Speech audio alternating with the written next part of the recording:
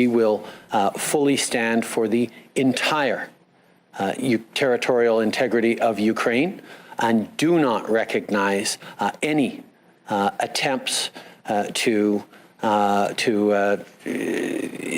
independently recognize or autonomize the separatist-occupied regions of eastern Ukraine. Hey everybody, I thought I would do a quick video on Canada because I kind of brought it up as I was doing my previous video on Ukraine and Russia and the Donbass. And I wanted to just talk about a couple of things. First of all, Freeland.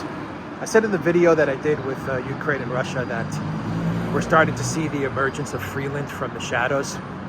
And I think that's really important because, I mean, for Canadians, obviously you've known of Freeland for a while. But for everyone else outside of Canada, you know, this is kind of a new face to us all. And the fact that we're seeing her now almost on a daily basis, talking about how she's going to crack down on protesters, how she's going to seize funds from crowdsourcing companies, crypto exchanges, bank accounts. We're really starting to see someone who wields a lot of power in the Canadian government.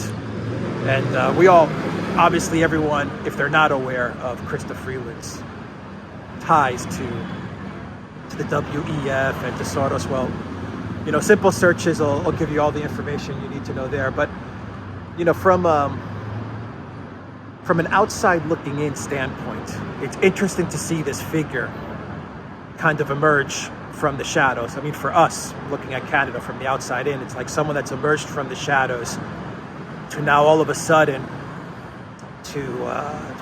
appear to be running the country, and to be running the country in a very tyrannical way. I mean, you know, all of a sudden you have this lady coming out there and saying, you know what, we're going to seize your bank accounts, we're going to put people in prison, we're going to confiscate funds from crypto exchanges, crack down on crowdfunding sites, and this is going to be permanent.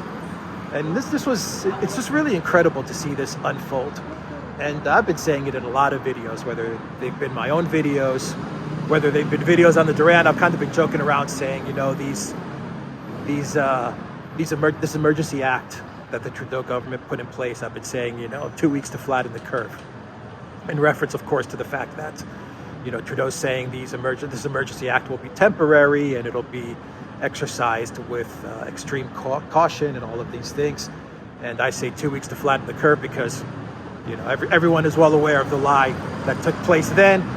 And I think now with the passing of the emergency act, with the extension of the emergency act that took place, everyone understands the lie of this emergency act is only going to be used on a temporary basis, and it's only going to be used to clear out the truckers and the protesters, and it'll be used in a very measured way. We all know that that is a lie now as well. You know, how about the liberal left in Canada? How about the benevolent left and the benevolent liberals who banded together, both Trudeau's party as well as the NDP banded together to extend the emergency powers. How about those liberals? What did the Black Panthers used to say? Scratch a liberal and you get a fascist. Thank you to Tucker Carlson for bringing up that quote, but that's a Black Panthers quote from the United States. Scratch a liberal and you get a fascist. That's exactly what you're seeing in Canada. On another note, I saw a Jordan Peterson video where Jordan Peterson was kind of talking about the fact that they are going to be cracking down on bank accounts. They're going to start confiscating people's finances in banks. And, you know, the premise there was kind of, you know, get your money and run, get your money out of banks ASAP. And, you know, while I don't buy into, you know, pushing out panic or hysteria, there is a lot of truth to that as well. You should start preparing for what could be a wider, broader crackdown from the Canadian government. I mean, this is very, very possible. We're already seeing people arrested. They're being arrested without due process, without the ability to post bail. We are seeing people's bank accounts confiscated. They're talking about confiscating trucks and other assets. You know, it's the slippery slope is that this is going to move well past protesters or people that have donated to the protesters. It's just going to be, you know, broadened out to cover anybody who dares disagree with the Trudeau Freeland. I think we should start referring it to the Trudeau Freeland dictate. And that's what's going to happen. And I come from a place where I'm telling you, when they, I'm going to move away from this restaurant because they're playing music. And when they play the music, the videos on YouTube, they get dinged. But what was I saying? Yeah, in Cyprus, when they did the bail-in, it was fast. It was fast and swift. I'm telling you. You know, a lot of people were talking about it for a week or two. I remember it. Everyone was talking about what's going to happen. Are they going to, you know, is the European Union going to confiscate people's funds? Is this going to be a bail-in? Are we going to get bailed out? Is the European Union going to give us a loan? What's going to happen? And I remember a lot of people were saying, nah, no chance that they'll go into the banks and confiscate people's money. That's never going to happen. No chance. Walking in Athens is there's always obstacles around, but you know, there was like this. There's no chance it's going to happen, and people were in denial. And I'm telling you, one night you went to bed, and the next morning that was it. They went in and they took people's funds. It was swift, and it was fast, and it happened on the weekends. It always happens on holidays or on the weekends.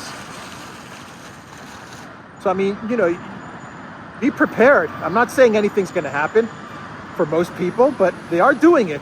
They are doing it right now as we speak. And they're one step away from it being a much broader scope type of action. You know, just be prepared. And I'm speaking as someone who has seen this happen. You are in denial for a while, and you're thinking the government would never do that, and our elected leaders would never do that, and the banks would never go along with that.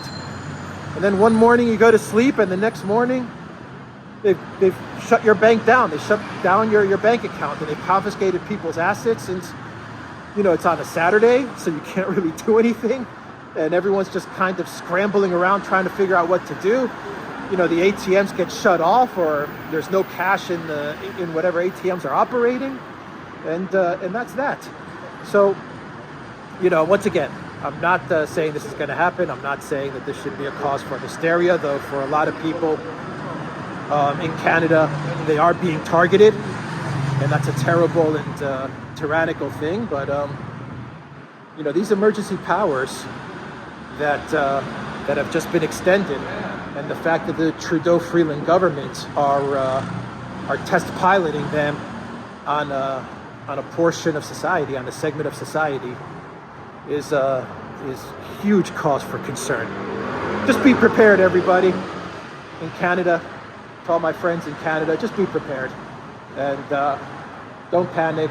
Let's not let hysteria get to us, but take some proper steps just in case, because I don't see the political class in the short or medium term at the moment, the opposition parties at the moment, at least the big opposition parties at the moment, really being able to stop Trudeau and Freeland for now. So anyway, that's the video. I just wanted to talk a little bit about that. And yeah, from the center of Athens, everybody, the Duran.locals.com. Take care.